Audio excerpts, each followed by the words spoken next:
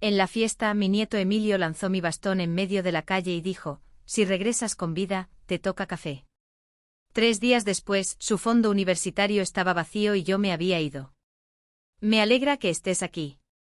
Quédate hasta el final y dime desde qué ciudad ves mi historia. Quiero saber hasta dónde ha llegado. Jamás imaginé que llegaría el día en que me alejaría de mi propia familia, pero al mirar atrás, fue en ese instante, en plena calle, frente a la casa de mi hijo Julián, cuando algo dentro de mí se quebró. No fue solo la humillación de quedarme ahí parada con mis piernas de 73 años temblando mientras los autos pasaban rozando mi bastón. Fue la risa. Mi hijo Julián y su esposa Alejandra riéndose junto con Emilio mientras me veían luchar. Mamá solo está bromeando, gritó Julián apenas conteniendo la risa. No seas tan sensible. Un desconocido amable recogió mi bastón. Su rostro era una mezcla de preocupación y desconcierto. Está bien, señora. Esa es su familia. No pude responderle. La vergüenza me ardía demasiado. Solo agarré mi bastón y regresé con ellos con la dignidad hecha trizas. «¿Ves, lo lograste?», dijo Emilio, mi nieto de 18 años, dándome una palmada en la espalda lo suficientemente fuerte como para hacerme tambalear. «Ahora sí te ganaste el café». Este acto cruel ocurrió en lo que se suponía sería un día de alegría, el día en que finalmente acepté vender mi casa y mudarme con la familia de Julián. Después de 3 años de insistencia tras la muerte de mi esposo Ernesto, por fin cedí. Me habían asegurado que era por mi bien, que no debía estar sola en esa casa enorme, que querían tenerme cerca. Lo que no supe entonces fue que querían tener cerca mi dinero, no a mí. Aquella reunión incluía a toda la familia extendida. Mi cuñado Ricardo y su esposa, mi sobrina Marisol con su marido, incluso algunos amigos de Julián y Alejandra. Todos estaban ahí para celebrar mi supuesta sabia decisión de mudarme con mi hijo. Y ni uno solo alzó la voz cuando Emilio lanzó mi bastón. Nadie intervino en mi defensa. Ya en la casa, mientras todos charlaban tomando café y pastel, yo me senté en silencio en un rincón, dejando que la realidad se hundiera. No me estaba mudando con una familia que me amaba. Estaba entregando mi independencia a personas que me veían como una posesión más. «Estás muy callada, mamá», dijo Julián sentándose a mi lado. Su tono era liviano, pero en sus ojos había cálculo. «¿Te estás arrepintiendo?» «Solo estoy cansada», mentí esbozando una sonrisa. «No te preocupes por nada. Nosotros nos encargamos de todo», dijo mientras me daba una palmadita en la mano. «Alejandra ya eligió muebles nuevos para tu cuarto. Cosas más pequeñas. Claro, tendremos que ver qué hacer con todas esas cosas de tu casa». Mis cosas incluían reliquias familiares, la colección de libros que Ernesto adoraba y los muebles antiguos que habíamos juntado durante décadas. «Y hemos estado pensando», continuó bajando la voz, «que quizás sería útil poner a Alejandra como cotitular en tus cuentas, solo por conveniencia, ya sabes, para ayudarte a manejar las cosas». Asentí sin pensar, pero sentí como algo frío se instalaba en mi pecho. No era la primera vez que hablaban de mis finanzas. Desde que Ernesto murió, las sugerencias sobre mi dinero no habían dejado de aparecer, las inversiones que Julián decía que debía hacer en sus negocios, los gastos que él consideraba que me correspondía cubrir, la escuela privada de Emilio, sus vacaciones familiares y cada vez más la presión para que les diera acceso a mis cuentas. Mientras la fiesta se iba apagando y los invitados comenzaban a marcharse, mi sobrina Marisol se quedó un rato más. Marisol, hija de mi cuñada, siempre había sido una chica dulce, aunque hacía años que no teníamos una relación cercana. «Tía Carmen», dijo en voz baja, tomando mis manos entre las suyas, «¿estás segura de que quieres hacer esto? Ya sabes, si necesitas algo, lo que sea, puedes llamarme». Había algo en su mirada, preocupación, tal vez hasta una advertencia. Pero antes de que pudiera contestar, Alejandra apareció a mi lado. «Marisol, querida, qué bueno que viniste», dijo, rodeándome con sus brazos de forma casi posesiva. «Vamos a cuidar muy bien de Carmen, no te preocupes». La sonrisa de Marisol se tensó. «Estoy segura de que así será», respondió. Pero sus ojos no se apartaban de los míos. «Recuerda lo que te dije, tía Carmen. Cuando sea». Después de que se fue, la mano de Alejandra en mi hombro se apretó con fuerza. Esa muchacha siempre ha estado celosa de tu relación con Julián, dijo. Yo no le daría demasiada importancia a lo que andaba susurrando. Esa noche en la habitación de invitados, que pronto sería mi espacio permanente, un cuarto con la mitad del tamaño de mi recámara actual, sin lugar para mis libros ni para mi mesa de costura, me senté al borde de la cama y lloré en silencio. Las paredes parecían cerrarse sobre mí. Los murmullos de Julián y Alejandra hablando abajo en voz baja me hacían sentir como una niña espiando a los adultos. Pensé en Ernesto y en lo que diría si pudiera verme así. Ernesto, que siempre había manejado nuestras finanzas con tanto cuidado, que me dejó todo perfectamente organizado. No dejes que nadie te pase por encima, Judy. Ni siquiera nuestros hijos. No le hice caso después de que murió. La tristeza fue tan abrumadora que permití que Julián se hiciera cargo del papeleo y las cuentas. Poco a poco fue tomando control de todo y yo lo permití. Al principio agradecida por el apoyo, luego demasiado avergonzada para admitir que había perdido el control y ahora estaba a punto de ceder lo último que me quedaba, mi independencia. Pensé en Emilio lanzando mi bastón al tráfico, en las risas, en la bondad de un desconocido. Pensé en la mirada preocupada de Marisol y en su oferta susurrada de ayuda. Algo se movió dentro de mí. Una voz suave, quizás la mía, quizás la de Ernesto, susurró: esto no está bien. Sabes que esto no está bien. Esa noche no dormí. Me quedé sentada junto a la ventana, mirando la luna cruzar el cielo. Para cuando amaneció, no había tomado ninguna gran decisión, pero ya se había sembrado una semilla de resistencia. Aún no estaba lista para rendirme. Lo que no sabía entonces era que esa resistencia iba a crecer día tras día, a medida que empezara a ver con más claridad la red de manipulación que se había tejido a mi alrededor. No sabía que en solo 3 días tomaría una decisión que lo cambiaría todo.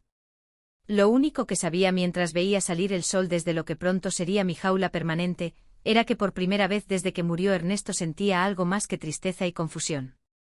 Estaba enojada. A la mañana siguiente de la fiesta regresé a mi casa, la casa donde Ernesto y yo habíamos compartido 47 años.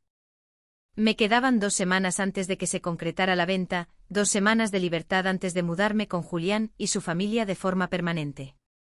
Al abrir la puerta, el olor familiar a cera de limón y libros viejos me envolvió como una cobija cálida. Mi casa no era grande ni lujosa, pero era mía, llena de recuerdos en cada rincón. La idea de dejarla me apretaba el pecho. Caminé lentamente por la sala tocando los muebles que Ernesto había restaurado con tanto cariño, la colcha que mi madre había cosido para nuestra boda, las fotos que contaban la historia de nuestra vida juntos. Todo eso se volvió aún más valioso ahora que estaba a punto de perderlo. En el despacho de Ernesto, todo seguía tal como él lo había dejado desde su infarto 3 años atrás. Sus lentes para leer aún descansaban sobre un libro abierto, su pluma favorita al lado del cuaderno de cuero donde solía escribir. No había podido tocar nada desde que murió. Julián decía que era enfermizo, que vivía anclada al pasado. Me senté en la silla de Ernesto y abrí el cajón de abajo de su escritorio donde él guardaba los papeles importantes. La carpeta con nuestros documentos financieros no estaba. Fruncí el ceño tratando de recordar cuándo fue la última vez que la vi. La habría tomado Julián. Él se ofreció a revisar los papeles de papá poco después del funeral y yo estaba tan sumida en el dolor que no lo cuestioné.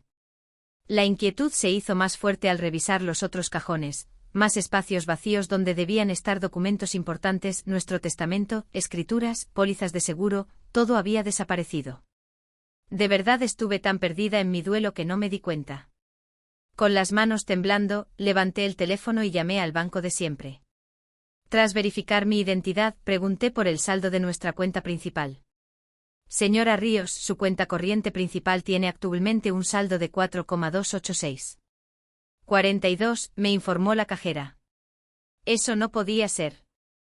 Ahí debían estar más de $50,000 del seguro de vida de Ernesto que había reservado para los impuestos de la casa y futuras reparaciones. Y la cuenta de ahorros, mi voz se quebraba. Esa cuenta muestra un saldo actual de 12,129. 17.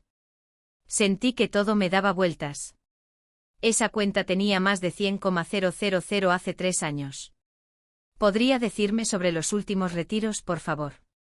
La cajera dudó. Parece que ha habido transferencias regulares a otra cuenta durante los últimos 3 años, la mayoría entre 2,000 y 5,000 dólares al mes. ¿Qué cuenta? Yo no autoricé ninguna transferencia. Otra pausa. Señora Ríos, esas transferencias fueron autorizadas usando sus credenciales de banca en línea. La cuenta de destino es una cuenta conjunta a nombre de Julián y Alejandra Ríos. Todo se me vino encima. Julián había configurado la banca en línea para mí después de la muerte de Ernesto, diciendo que sería más fácil para mí. Él creó las contraseñas, me mostró cómo ingresar, aunque casi nunca lo hacía. Confié en él para que me ayudara mientras yo lloraba a mi esposo. ¡Qué tonta fui! ¿Hay algo más en lo que pueda ayudarle hoy, señora Ríos? Le agradecí y colgué. Las manos me seguían heladas a pesar del cálido día de primavera. Me quedé sentada en la silla de Ernesto tratando de digerir lo que acababa de descubrir. Julián había vaciado mis cuentas sistemáticamente durante 3 años, llevándose más de 130,000 dólares de mis ahorros. Con razón estaba tan insistente en que vendiera la casa y me mudara con ellos. Con mis recursos disminuyendo, la casa era el último bien de valor que me quedaba. A medida que el impacto se desvanecía, los recuerdos afloraban como piedras filosas al bajar la marea.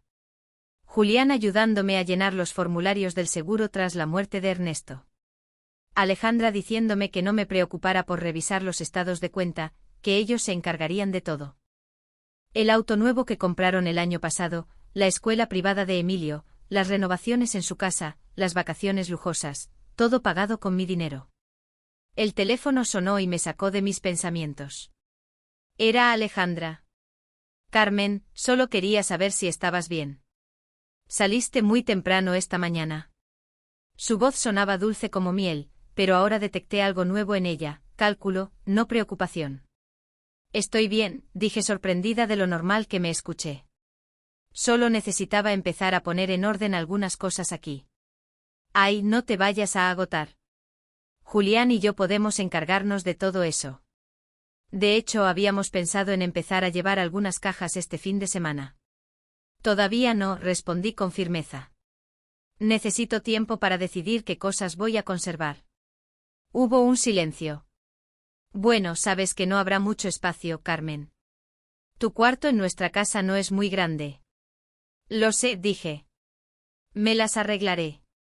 Después de colgar, me quedé en silencio con la mente dando vueltas. ¿Qué más me habían quitado además del dinero? En los últimos 3 años me había ido aislando cada vez más. Mis viejos amigos llamaban, pero Julián interceptaba los mensajes.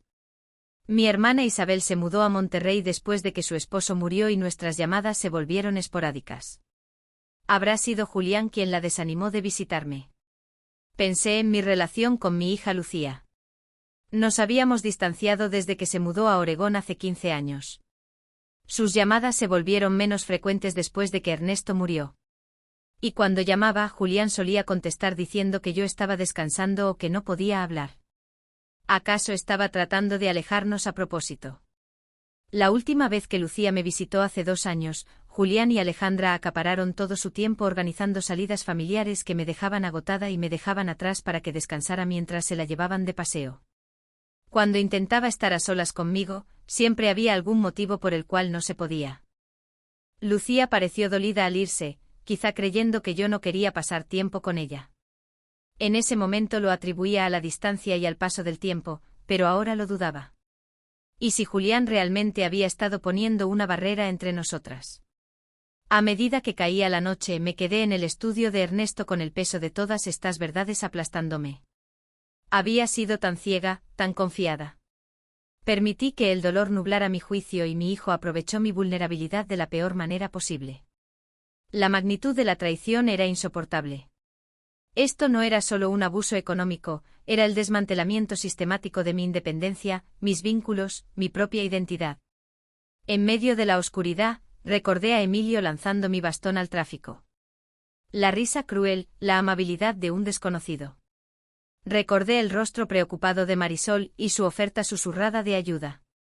Con una claridad repentina, supe que no podía seguir adelante con la venta de la casa. No podía mudarme con Julián y Alejandra. No podía seguir permitiendo que mi propia familia me manipulara y me utilizara. Pero, ¿qué podía hacer? ¿A dónde ir? ¿Quién me ayudaría? Como si respondiera a esas preguntas sin voz, el teléfono volvió a sonar. Contesté con cautela. Tía Carmen, soy Marisol. Espero no estar llamando muy tarde. Su voz familiar fue como una cuerda lanzada en medio de la oscuridad.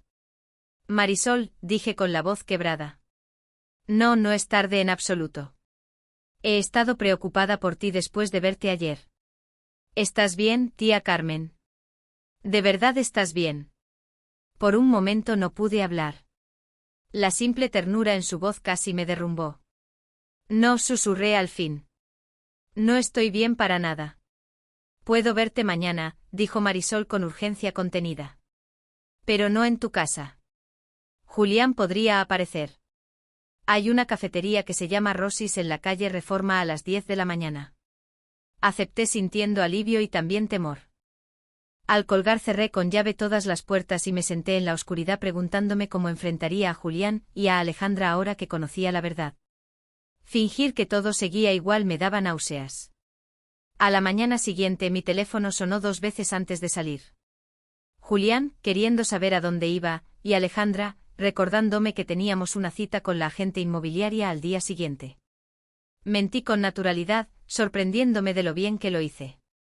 Solo voy a tomar un café con una amiga de la iglesia, dije.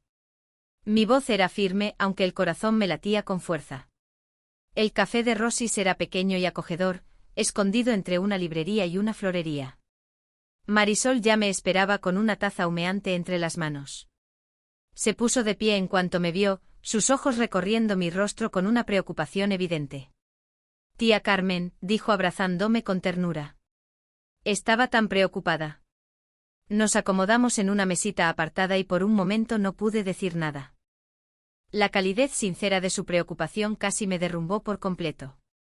Creo que Julián me ha estado robando, dije al fin con la voz apenas audible. La expresión de Marisol no mostró sorpresa, solo una tristeza profunda que confirmó mis peores temores. Me lo temía, respondió. Mamá y yo sospechábamos desde hace tiempo que algo no estaba bien, pero cada vez que intentábamos visitarte o llamarte siempre había alguna excusa, alguna razón por la cual no estabas disponible.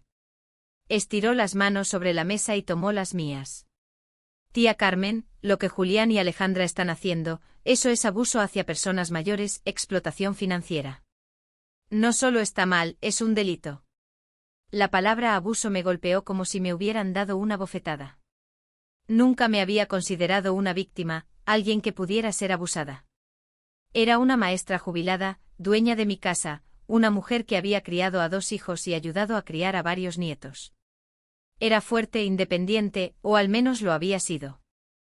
Revisé mis cuentas ayer, dije con la voz más firme. Se ha llevado más de $130,000 en los últimos 3 años. Marisol apretó con más fuerza mis manos. Eso es robo así de simple. Y ahora quieren que vendas tu casa y te vayas a vivir con ellos para quedarse con todo. Nos interrumpió la mesera al traerme el café. Cuando se fue, Marisol se inclinó hacia mí.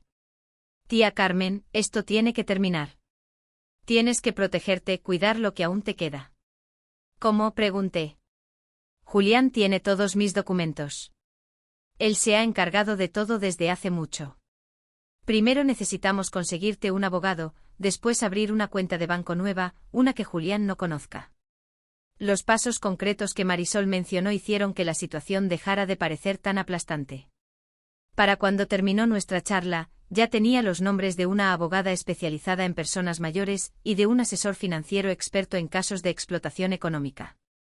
Una cosa más, dijo Marisol mientras nos levantábamos. ¿Has hablado con Lucía últimamente? O sea, tú directamente. Sentí una punzada de vergüenza. Hace meses que no. Julián siempre contesta cuando llama. Dice que estoy descansando. El rostro de Marisol se endureció. Eso imaginaba.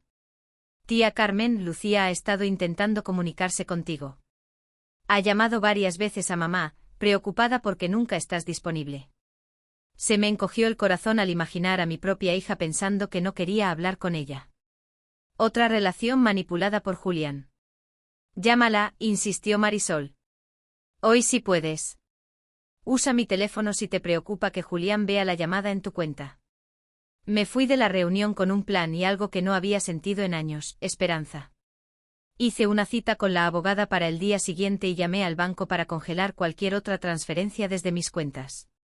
Al volver a casa, había un mensaje de Julián en la contestadora, su voz tensa, controlando apenas la rabia. Mamá, el banco me llamó por una confusión con tus cuentas. Llámame en cuanto escuches esto. No le devolví la llamada. Usé el celular de Marisol para llamar a mi hija. Lucía contestó en el segundo timbrazo. Hola, soy mamá. Hubo un silencio breve. Luego su voz se quebró por la emoción. Mamá, ¿de verdad eres tú? Sí, mi amor, soy yo. Mi propia voz temblaba. Dios mío, mamá, he estado tan preocupada. Te he llamado una y otra vez. Pero Julián siempre dice que estás dormida o que no te sientes bien para hablar. ¿Estás bien? ¿Estás enferma? No estoy enferma, Lucía. ¿Cómo explicártelo? Me han manipulado, me han aislado, pero ya estoy empezando a entender las cosas. ¿Qué estás diciendo, mamá? ¿Qué está pasando? Le conté todo. El abuso financiero, la presión para vender mi casa, el aislamiento que cada vez era más profundo y finalmente el incidente del bastón que me abrió los ojos. Voy para allá, dijo Lucía de inmediato. ¿Puedo llegar mañana por la noche? No, dije sorprendiéndome con la firmeza de mi voz. Aún no. Primero necesito hablar con la abogada, entender mis opciones. Si tú apareces ahora, Julián sabrá que algo pasa. Mamá, no puedo quedarme aquí sabiendo todo esto. Por favor, Lucía, necesito enfrentar esto a mi manera. Dame unos días para poner mis cosas en orden y entonces vienes. Te juro que estaré bien hasta entonces. Después de la llamada, me quedé sentada en el estudio de Ernesto pensando en todo lo que había pasado. La rabia que sentí la noche anterior se había endurecido en algo más nítido, más firme. Julián no solo me robó dinero, me robó años de vida, relaciones con amigos y familia, mi autoestima. Al día siguiente me reuní con Alejandra Morales, la abogada especializada en derecho de adultos mayores que Marisol me había recomendado. Era una mujer imponente de unos 60 años, con mirada aguda y un estilo directo que de inmediato me inspiró confianza. Lo que describes es un caso típico de explotación financiera de adultos mayores, dijo después de escuchar mi historia. Lamentablemente es demasiado común, especialmente cuando los hijos adultos tienen acceso fácil a las finanzas de sus padres. ¿Qué puedo hacer?, pregunté. Legalmente tienes varias opciones, explicó Alejandra. Puedes presentar una denuncia ante la policía por el robo. Puedes demandar para recuperar los fondos. Puedes solicitar una orden de restricción contra Julián y su familia. La idea de tomar acciones legales contra mi propio hijo me revolvía el estómago. A pesar de todo lo que había hecho, Alejandra pareció captar mi duda. No tienes que decidir todo hoy, pero hay pasos urgentes que debemos tomar para proteger lo que te queda. Al final de nuestra reunión, Alejandra me ayudó a redactar una carta para retirar mi casa del mercado. También me puso en contacto con un asesor financiero que me ayudaría a abrir nuevas cuentas y comenzar el proceso de recuperar el control de mis finanzas. Al salir de su oficina sentí algo que no experimentaba desde hacía años, poder. Durante demasiado tiempo había sido solo una espectadora en mi propia vida, viendo cómo otros decidían por mí. Ahora estaba recuperando el volante. Esa tarde, mientras tomaba un té en la sala, sonó el timbre. Miré por la mirilla y vi a Julián en la entrada con el rostro endurecido por la furia. Respiré hondo preparándome para el enfrentamiento que se venía. Abrí la puerta solo lo suficiente para verlo con claridad, dejando la cadena de seguridad puesta, un límite que nunca creí necesitar con mi propio hijo. Mamá, ¿qué demonios está pasando? Su voz venía cargada de una furia apenas contenida. El banco me llamó por unas cuentas congeladas y ahora el agente inmobiliario me dice que sacaste la casa del mercado. Sí, respondí con calma, aunque por dentro temblaba. Sí. Eso es todo lo que tienes para decir. Teníamos un acuerdo, mamá. Ya estaba todo arreglado. ¿Por qué estás cambiando de opinión de la nada? Lo miré detenidamente, el rostro que había amado desde que nació, ahora deformado por la frustración de ver sus planes desmoronarse. Busqué en él al niño que se acurrucaba en mi regazo buscando consuelo, al adolescente que me contaba sus sueños, al joven que lloró cuando su padre le enseñó a hacer el nudo de la corbata para su primera entrevista de trabajo, pero ya no lo encontraba. He decidido que vender no es lo mejor para mí en este momento. Esto no es propio de ti, mamá, dijo ahora con un tono que pretendía ser de preocupación, pero que no sonaba sincero. Me preocupa tu bienestar. ¿Te sientes bien? Tal vez deberíamos pedirle al doctor Ramírez que te revise. El mensaje era claro. Si no obedecía, debía de estar perdiendo la cabeza. Otra forma de manipulación. Estoy perfectamente bien, Julián. Solo estoy reconsiderando mis opciones. Apoyó la palma de la mano en la puerta como tanteando si me animaría a dejarlo pasar. Mira, si hay algo que te inquieta, podemos hablarlo. Lo que sea que te preocupe, lo resolvemos juntos. No, esta noche no, respondí con firmeza. Estoy cansada. Hablamos en otro momento. Su expresión se endureció. Alguien te está metiendo ideas en la cabeza. Fue Marisol. Te vi tomando café con ella hoy. Así que me había estado espiando. La idea me heló la sangre. Buenas noches, Julián, dije y cerré la puerta aunque él seguía hablando. Me quedé recargada en ella, escuchando cómo la golpeaba durante varios minutos antes de rendirse e irse. El corazón me latía con fuerza, pero debajo del miedo sentía una extraña satisfacción. Me había mantenido firme. A la mañana siguiente recibí 3 llamadas de Alejandra que no contesté. Sus mensajes pasaron de la preocupación a la irritación y luego a una furia abierta. Carmen, estás siendo completamente irracional. Julián está destrozado de preocupación. Llámanos de inmediato. Solo queremos ayudarte. Este comportamiento es muy alarmante. Si sigues así, tal vez tengamos que considerar una evaluación médica. Bien, se terca, pero no creas que esto cambia nada. Ya hablamos de tu situación de vivienda con el orientador universitario de Emilio. Él cuenta con ese dinero. Ese último mensaje confirmó lo que ya me temía. Habían planeado usar el dinero de la venta de mi casa para pagar la universidad de Emilio. Pasé el día reunida con Sergio Herrera, el asesor financiero que me recomendó Alejandra. Era un hombre de unos 50 años, de ojos amables, especializado en ayudar a adultos mayores a recuperarse de abusos financieros. Lo bueno es que podemos detener la hemorragia, me dijo después de revisar mi situación financiera. Lo difícil será recuperar lo perdido. Asentí intentando concentrarme en las soluciones en lugar de quedarme atrapada en la traición de Julián. Tenemos que proteger lo que queda, continuó Sergio. Recomiendo abrir cuentas nuevas en un banco completamente diferente, uno donde Julián no tenga ningún vínculo. Al terminar la reunión ya había abierto nuevas cuentas, cambiado todas las contraseñas de mis servicios bancarios en línea y reconfigurado el depósito de mi pensión y del seguro social para que fueran a los nuevos destinos. Sergio también me había ayudado a solicitar una nueva tarjeta de crédito que Julián no conocería. ¿Y mi casa?, pregunté. Por ahora la venta está suspendida, pero Julián tiene todos los papeles, la escritura, el seguro, todo. Podemos conseguir copias, me aseguró Sergio. Lo importante es que tú eres la propietaria legal. Mientras no firmes nada, no pueden venderla sin tu consentimiento. Esa noche me senté en el estudio de Ernesto haciendo listas, cosas por hacer, personas a las que debía llamar, documentos que necesitaba recuperar.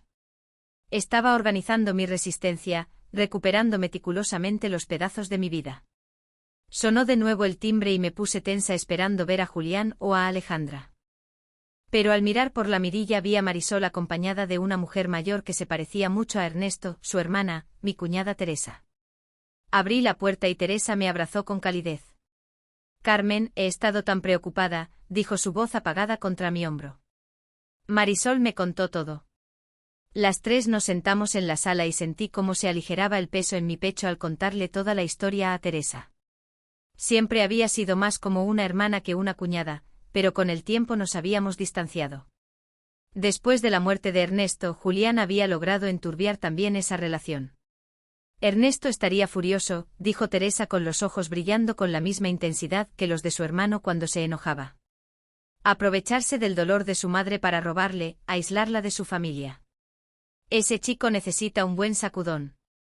No estoy segura de que sea capaz de entender que lo que hace está mal, admití. Realmente parece convencido de que tiene derecho a mi dinero. Entonces tiene que enfrentar las consecuencias, dijo Teresa con firmeza. ¿Has pensado en tomar acciones legales? Todavía estoy digiriendo todo, respondí. Ahora mismo estoy enfocada en proteger lo que me queda y planear mis próximos pasos. Bueno, ya no estás sola, declaró Teresa. Me voy a quedar en casa de Marisol esta semana y estoy aquí para ayudarte en lo que necesites. Después de que se fueron, me sentí más fuerte. La red de apoyo que se estaba formando a mi alrededor era un antídoto poderoso contra el aislamiento que Julián había provocado.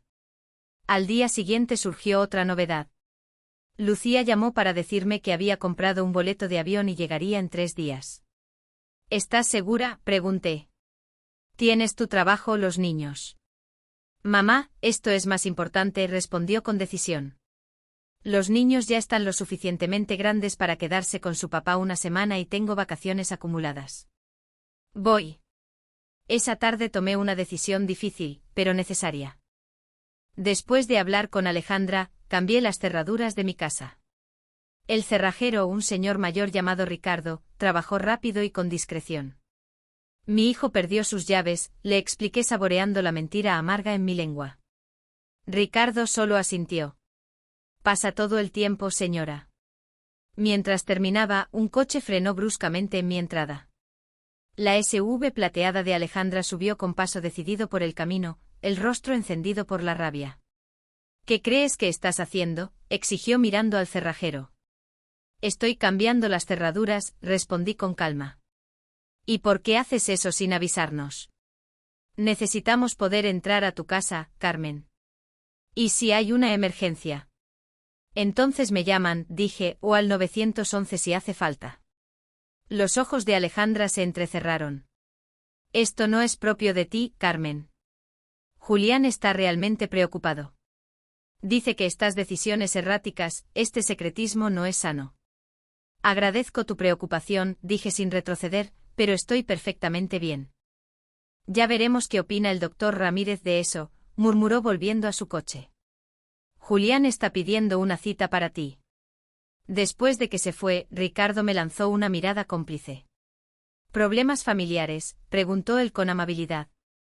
Asentí, demasiado agotada para seguir fingiendo.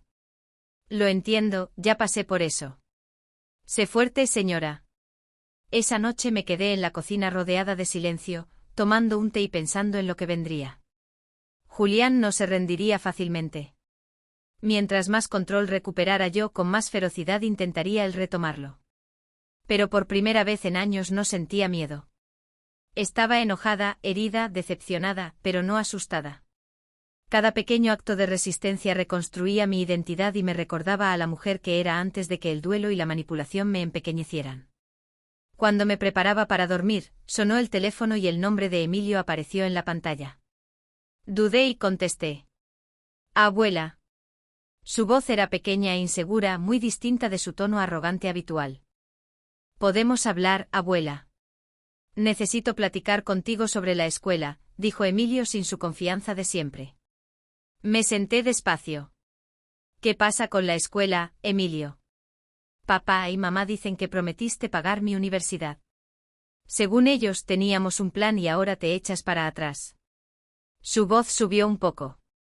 Ya fui aceptado en Guadalajara. Si no recibo el dinero, no podré ir. Cerré los ojos para procesar esa nueva maniobra. Le habían prometido a mi nieto algo que jamás autoricé y luego lo mandaron para hacerme sentir culpable. Emilio, ¿alguna vez te prometí personalmente pagar tus estudios?, pregunté con suavidad. Pausa. Pues no, pero papá dijo. Tu padre hizo promesas usando mi dinero sin mi conocimiento ni consentimiento, respondí, manteniendo la calma. Nunca acepté financiar tu educación.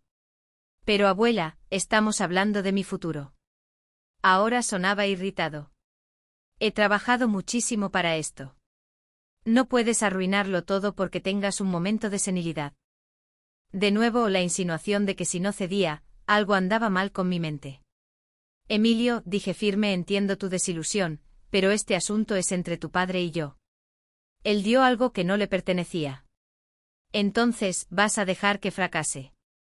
Su voz se quebró. Pensé que me querías. El chantaje emocional era tan obvio que casi me hizo reír. Respiré profundo. Te quiero, Emilio. Te quiero, pero eso no me obliga a entregarte $20,000 para la universidad. Hay becas, préstamos, programas de trabajo y estudio. Muchas maneras de pagarla. Esto es tan injusto, explotó. Papá dice que la tía Marisol y Lucía te manipulan, que no piensas con claridad. Tu padre está equivocado, contesté simple. Pienso con más claridad que en años. Como sea, murmuró Emilio, le diré a papá que no cedes. Al colgar me quedé en la oscuridad preguntándome si todavía podía salvar la relación con mi nieto. ¿Habrían Julián y Alejandra envenenado por completo su pensamiento o quedaba esperanza de que algún día comprendiera? A la mañana siguiente desperté con varias llamadas perdidas de Julián y un mensaje que me heló la sangre. Esto ya llegó demasiado lejos. Llegaremos a las 10 para hablar de tu evaluación mental. El doctor Ramírez está preocupado por tu comportamiento reciente. Estaban yendo cada vez más lejos, intentando declararme mentalmente incompetente. Alejandra ya me había advertido que esto podía pasar, que los abusadores financieros suelen recurrir a cuestionar la salud mental cuando la víctima empieza a defenderse. La llamé de inmediato. No los dejes entrar, me aconsejó. No firmes nada. Graba toda la conversación. Si puedes, voy a mandar a mi asistente legal. Debería llegar antes que ellos. Tal como prometió, una joven llamada Claudia llegó a las 9:45, se presentó como la asistente legal de Alejandra Morales y explicó que estaba allí para presenciar lo que ocurriera. Apenas nos habíamos sentado en la sala cuando el coche de Julián entró en la cochera. Alejandra y el doctor Ramírez, nuestro médico de familia por más de 20 años, venían con él. Coloqué mi teléfono en la mesita con la grabadora encendida, como me sugirió Alejandra. Respiré hondo y abrí la puerta. Mamá, empezó Julián sin rodeos. Estamos muy preocupados por tu comportamiento reciente. El doctor Ramírez está aquí para evaluarte. El doctor parecía incómodo, pero dio un paso al frente. Carmen, tu familia ha notado ciertos cambios alarmantes. Cambios de humor, paranoia, decisiones financieras sin sentido podrían ser señales de deterioro cognitivo. No voy a permitir ninguna evaluación hoy, dije con firmeza, y no voy a dejar que entren. El rostro de Julián se puso rojo. Esto no es una solicitud, mamá. Estamos preocupados por ti. La señora Ríos tiene todo el derecho de negarse, intervino Claudia desde atrás de mí. Como su representante legal, le aconsejo no someterse a ninguna evaluación sin la presencia de su abogada. Representante legal. Los ojos de Julián se entrecerraron. ¿Qué demonios está pasando aquí, mamá? ¿Quién es esta persona? Me llamo Claudia Reyes, asistente legal de Alejandra Morales, abogada especializada en derecho de personas mayores, dijo con voz clara. La señora Ríos ha contratado nuestros servicios. ¿Contrataste una abogada? Alejandra parecía genuinamente sorprendida. Carmen, ¿por qué harías eso a menos que estés tratando de ocultar algo?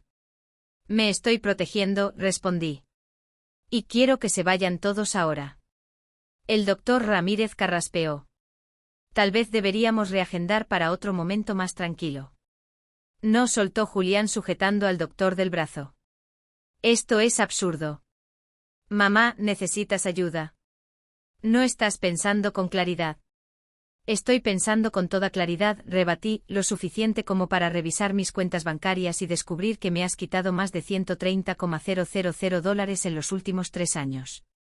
Julián palideció un poco, pero se recompuso rápido. Eso es absurdo. Solo he estado ayudándote a manejar tus finanzas, no robándote. Transferir dinero de mis cuentas a las tuyas sin mi conocimiento ni consentimiento es robo. Julián, tú me autorizaste para manejar tus finanzas, gritó perdiendo la compostura. Después de que papá murió, no podías ni pagar una factura sin llorar. Te autoricé para que me ayudaras, no para dejarme en la ruina, dije. Mi voz firme a pesar del corazón acelerado. No para alejarme de mis amigos y seres queridos, no para engañarme y hacerme vender mi casa para que tú te quedaras con el dinero. Alejandra dio un paso al frente con una voz melosa llena de falsa preocupación. Carmen, estás confundida. Julián siempre ha querido lo mejor para ti, lo mejor para mí. Solté una carcajada amarga. Fue por mi bien cuando Emilio lanzó mi bastón al tráfico y todos se rieron. Fue por mi bien cuando planeaban usar el dinero de mi casa para pagar la universidad de Emilio sin mi permiso. El doctor Ramírez se veía cada vez más incómodo. Quizás debería regresar en otro momento. No, insistió Julián aferrando el brazo del doctor. Ella necesita ser evaluada. Ahora está paranoica, lanzando acusaciones sin sentido. Claudia dio un paso al frente mostrándose por completo. Doctor Ramírez, debo advertirle que forzar una evaluación a una paciente que no representa un peligro inmediato para sí misma ni para otros podría considerarse negligencia médica. Además, toda esta conversación está siendo grabada. El doctor Ramírez se soltó del agarre de Julián. Me voy. Esto es completamente inapropiado. Se volvió hacia mí. Carmen, lo siento. Me dieron una idea muy diferente de la situación. Una vez que se fue, la máscara de Julián se cayó por completo. ¿Crees que eres muy lista por involucrar abogados? Esto no ha terminado, mamá. En realidad sí lo ha hecho, respondí sorprendida de lo tranquila que sonaba. Congelé mis cuentas, cambié las cerraduras, retiré mi casa del mercado y mañana llega mi hija Lucía desde Oregón. Lucía. Alejandra se veía desconcertada. ¿Por qué viene? Porque yo se lo pedí, respondí con sencillez. Julián se acercó más, su voz baja y amenazante. No tienes idea de lo que estás haciendo. Somos familia. No puedes simplemente cortarnos así. Obsérvame, le respondí y cerré la puerta. Ya dentro mis piernas por fin cedieron y me dejé caer en el sofá. Claudia se sentó a mi lado con una expresión llena de comprensión. Lo hiciste increíble, dijo. Alejandra estará impresionada. Cuando se fue llamé a Marisol para ponerla al tanto y después hice otra llamada importante a mi hermana Isabel en Monterrey. Había evitado hablar con ella por la vergüenza de admitir lo mucho que me habían manipulado, pero ya era momento de reconstruir mis lazos. Carmen. Isabel sonaba sorprendida, pero feliz. He intentado comunicarme contigo durante meses. A medida que le contaba todo, su sorpresa se convirtió en indignación. Voy para allá, declaró. Reservaré un vuelo hoy mismo. Para esa noche mi casa tranquila se había convertido en el centro de mando de lo que Marisol en broma llamó Operación Liberación. Lucía llegaría mañana, Isabel al día siguiente. Teresa ya estaba en la ciudad. Por primera vez en años estaba rodeada de personas que realmente se preocupaban por mí. Esa noche me paré en el estudio de Ernesto acariciando sus libros, su escritorio, la vida que habíamos construido juntos. Ojalá estuvieras aquí, susurré a la habitación vacía. Pero creo que estoy haciendo lo que tú hubieras querido. En medio del silencio casi podía oír su voz. Eres más fuerte de lo que crees, Judy. Y por primera vez en 3 años realmente lo creí. El reencuentro en el aeropuerto con Lucía nos arrancó lágrimas a las dos. Mi hija, ahora de 45 años y con mechones grises entre su cabello oscuro, corrió a abrazarme como si aún fuera una niña. Mamá, susurró abrazándome con fuerza. Te he extrañado tanto. El camino de regreso fue una avalancha de historias acumuladas durante 3 años. Me habló de sus hijos, de su trabajo, de una vida que Julián me había ocultado. Pensé que había perdido el control de mi propia vida, dije. Debí esforzarme más por encontrarte, dijo apretando el volante con los nudillos blancos. Sabía que algo andaba mal, pero Julián siempre tenía excusas.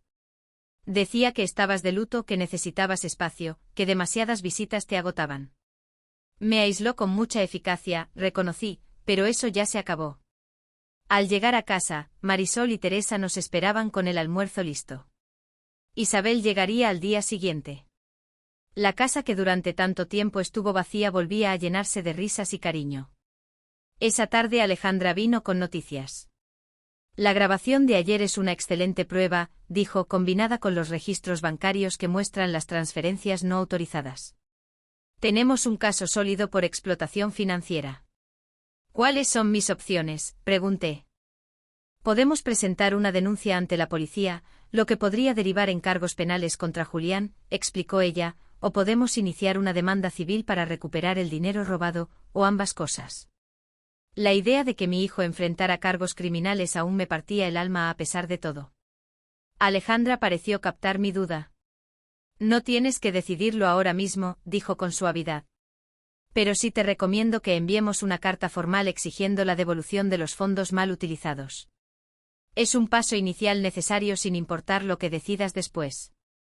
Acepté lo de la carta con la esperanza remota de que Julián recapacitara al verse confrontado con las pruebas. Esa noche, mientras Lucía y yo revisábamos fotos viejas en el centro de la sala, sonó el timbre. Miré por la mirilla y vi a Emilio solo en el pórtico con los hombros caídos. Lucía se puso tensa. ¿Quieres que lo mande lejos? Negué con la cabeza. No. Quiero oír lo que tiene que decir. Abrí la puerta manteniendo cierta distancia. Emilio se veía más joven de lo que recordaba, más parecido al niño que solía ser que al joven cruel que había arrojado mi bastón al tráfico. Abuela, dijo con voz ronca, ¿puedo pasar, por favor? Dudé un momento. Luego me hice a un lado para dejarlo entrar. Lucía lo miraba con desconfianza mientras él me seguía hasta la sala. Lo siento, soltó apenas nos sentamos. Por lo del bastón, por todo. He sido horrible contigo. Su disculpa me tomó por sorpresa. ¿Por qué ahora, Emilio? Él bajó la mirada hacia sus manos. Después de que papá y el doctor Ramírez vinieron ayer, tuvieron una discusión terrible. Papá gritaba sobre abogados y acusaciones y el doctor Ramírez dijo que no participaría en declarar incompetente a alguien que claramente no lo era.